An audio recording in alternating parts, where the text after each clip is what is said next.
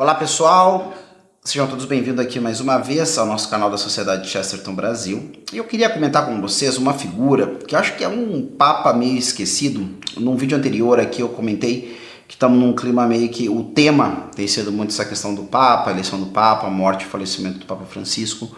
E eu achei interessante falar de alguns papas, certo, que tem uma relação com a figura de Chesterton por algum motivo. Falamos no outro vídeo sobre Leão XIII, né? Temos um artigo propriamente onde ele fala da questão do valor daquilo que Leão XIII falou na sua encíclica Rerum Novarum.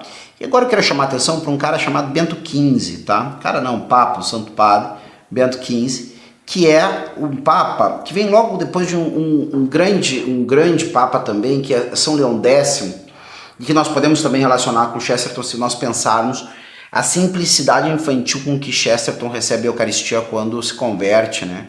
Mas não é bem disso que eu gostaria de falar nesse momento aqui com vocês, pelo menos. Não é muito comum a gente ter, né, manifestações dos papas acerca de elementos propriamente culturais, puramente culturais, poderíamos chamar. É claro que um papa sempre vai acabar falando, fazendo conexão entre aquele elemento muito cultural, muito próprio de uma área específica do mundo civil, das artes, das ciências, com a coisa do evangelho, da religião, da vida de fé e assim por diante, tá? Mas chama atenção a gente ver um papa escrever uma encíclica exclusivamente sobre, né, uma figura que é conhecida por causa do seu valor cultural, tá? Então, encíclica, para quem não conhece, é um tipo de documento que o papa escreve, existem vários tipos de documentos, que a ideia é exatamente, né, como diz o próprio nome, encíclica significa uma circular. É algum tema que o Papa acha muito relevante e, via de regra, deseja que uma totalidade do povo de Deus, então, reflita sobre aquele tema.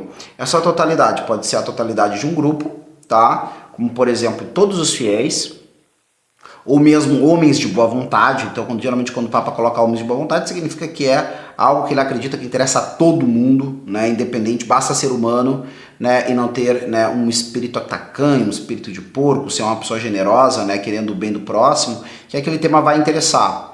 Outras encíclicas podem ser naturalmente destinadas ao povo de Deus mesmo, aos católicos, né? Especialmente quando fala de coisas que são muito particulares do mundo católico, sacramentos, Eucaristia, assim por diante. Depois existem ainda encíclicas que claramente o público-alvo é os bispos, né? Como, por exemplo, o Fides et Ratio, que é um documento do Papa João Paulo II sobre a questão de as relações de fé e razão, tá? Então vocês têm isso. E essa encíclica, ela marca os 600 anos, o aniversário de 600 anos da morte, se eu não me engano, né, de Dante Alighieri, tá? E nesse escrito, Bento XV vai fazer uma defesa apaixonada, né, da pertença de Dante ao patrimônio católico.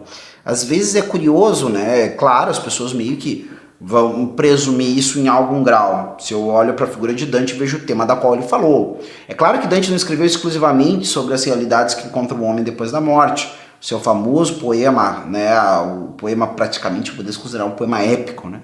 Mas não é épico, mas ele tem a grandeza, certo? Que é a comédia, que se eu não me engano vai ser chamada de a Divina Comédia por uma grande figura do Renascimento. Agora eu não me lembro se Boccaccio ou Petrarca, né? Que vai assim intitular, não, essa comédia não é mera comédia, é uma divina comédia, né? Então, mas a princípio seria comédia somente. Lembrando, né, comédia não no sentido de que vai falar de coisas cômicas e assim por diante, apesar que algumas figuras infernais são tão estrombólicas que entre o susto pode sair também aí, né, algum sorriso ou uma risada de nervoso. Mas comédia porque o final dela é feliz. E comédia no sentido mais verdadeiro da palavra, porque uma vez que eu tenho a cosmovisão cristã, não pode haver final mais feliz do que tem o poema, né, de Dante, que é o céu, né? A parte final, né, da comédia é o céu, certo? Então... E é um livro que é curioso, porque sofre de alguns problemas em relação à abordagem dele. Se eu pegar, por exemplo, muitas pessoas que trazem a Divina Comédia para o ambiente de estudo escolar ou mesmo universitário, é comum que as pessoas vão focar especificamente no inferno. A impressão que dá, né, pelo menos essa impressão que o Joseph Pearce tem, que é um comentador bastante bacana, né, um católico e também, né, um grande comentador de elementos culturais, mas ele me convenceu nessa impressão dele, é que parece que o inferno trata de coisas que a maioria das pessoas mais ou menos entendem ou acredita que existem mesmo, né? que é, e com isso dá para pensar que nós temos uma visão cínica de mundo, né, em muitas dessas pessoas, que é a questão dos pecados nos mais vis. Então você vê ali o cara falando, né, da luxúria, falando da preguiça, falando, né, da violência homicida, e todo mundo meio que parece que está mais à vontade nesse lugar, quando fala dessas coisas assim. Aí quando começa o tema do purgatório, por exemplo, que traz especialmente a purificação através da penitência, nada mais estranho ao nosso mundo contemporâneo do que isso, né? Primeiro, de que exista pecado; segundo, que ele seja alguma coisa da qual eu tenha que ser punido e que eu deva me purificar de alguma coisa. Afinal de contas, ou eu já sou puro ou ninguém é puro, então está resolvido o problema. Então a gente percebe que muitas vezes esse é o imaginário geral do pessoal. E por fim o céu, que é um negócio que muitos consideram simplesmente a ilusão. Vocês percebem? É a ilusão de um sujeito aí, desse ser humano fraco, que não encara a existencialidade, não encara, né, o sem sentido do mundo, não tem coragem de viver o terror da existência, tem que inventar um Deus que cuida dele, tem que inventar um céu para onde ele vai, e assim por diante.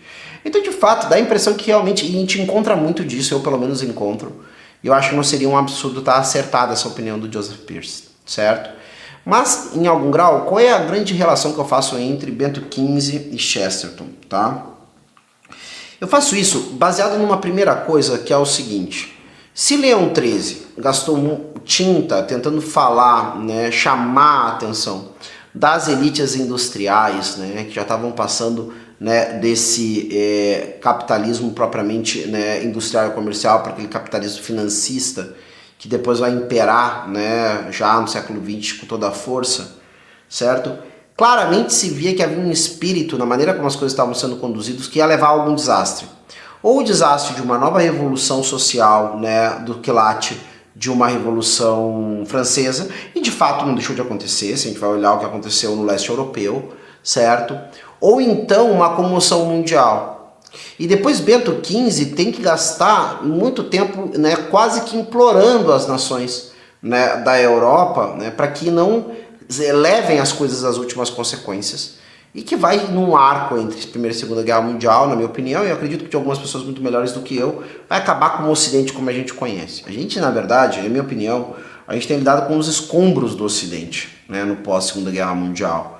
Porque, por exemplo, as pessoas já não têm mais clareza acerca de o que nos unifica como civilização, as pessoas já não têm mais clareza de fato onde é que estão aqueles grupos, aquelas ideias, né, que deveriam então ser evitadas, ou então aquelas que deveriam ser abraçadas. Não existia um consenso. Parece que o consenso que o mundo ocidental consegue chegar hoje é, né, de não perder o estado de bem-estar social. Parece que esse é o grande consenso que todo mundo chega, né? Então a gente tem isso.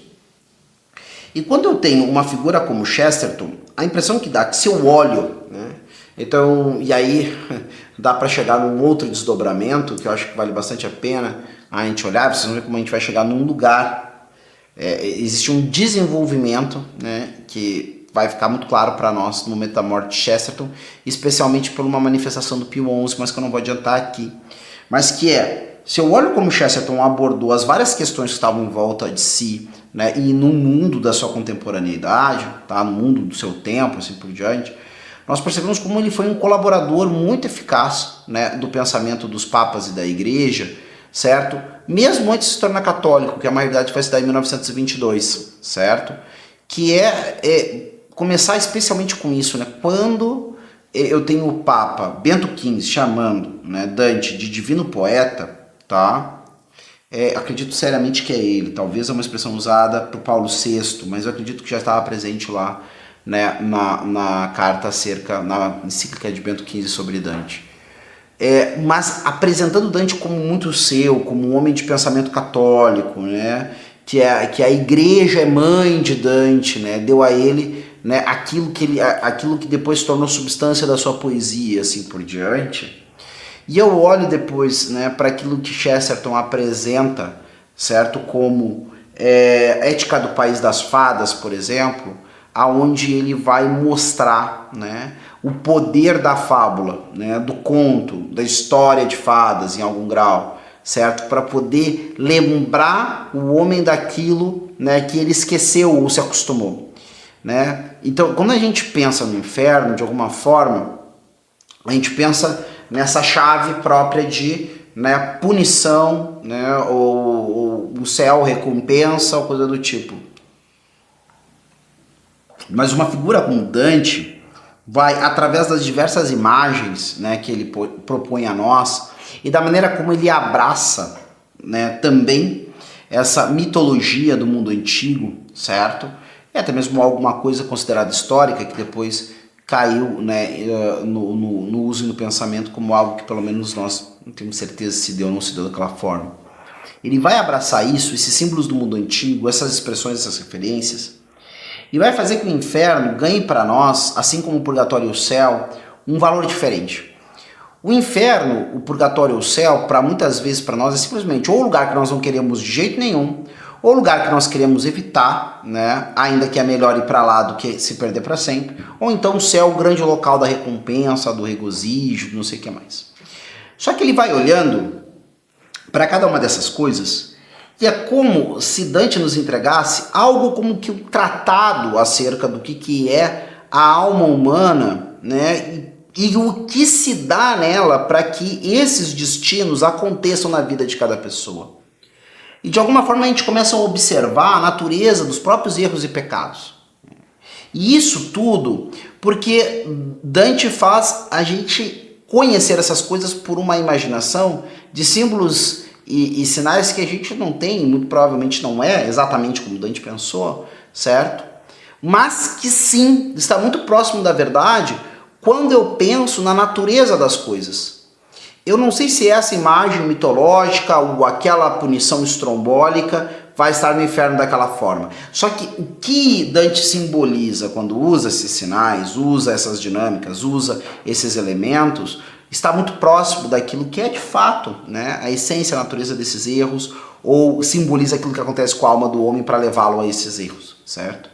E é isso que Chesterton também nos diz quando ele fala, né, das histórias de fadas, né, e do seu valor, sobretudo para nós compreendermos qual é a essência da nossa felicidade. Quando ele diz assim, que nós falamos de rios, né, onde correm vinho, é para lembrar da preciosidade, da beleza, do regozijo que nós temos por escorrer água.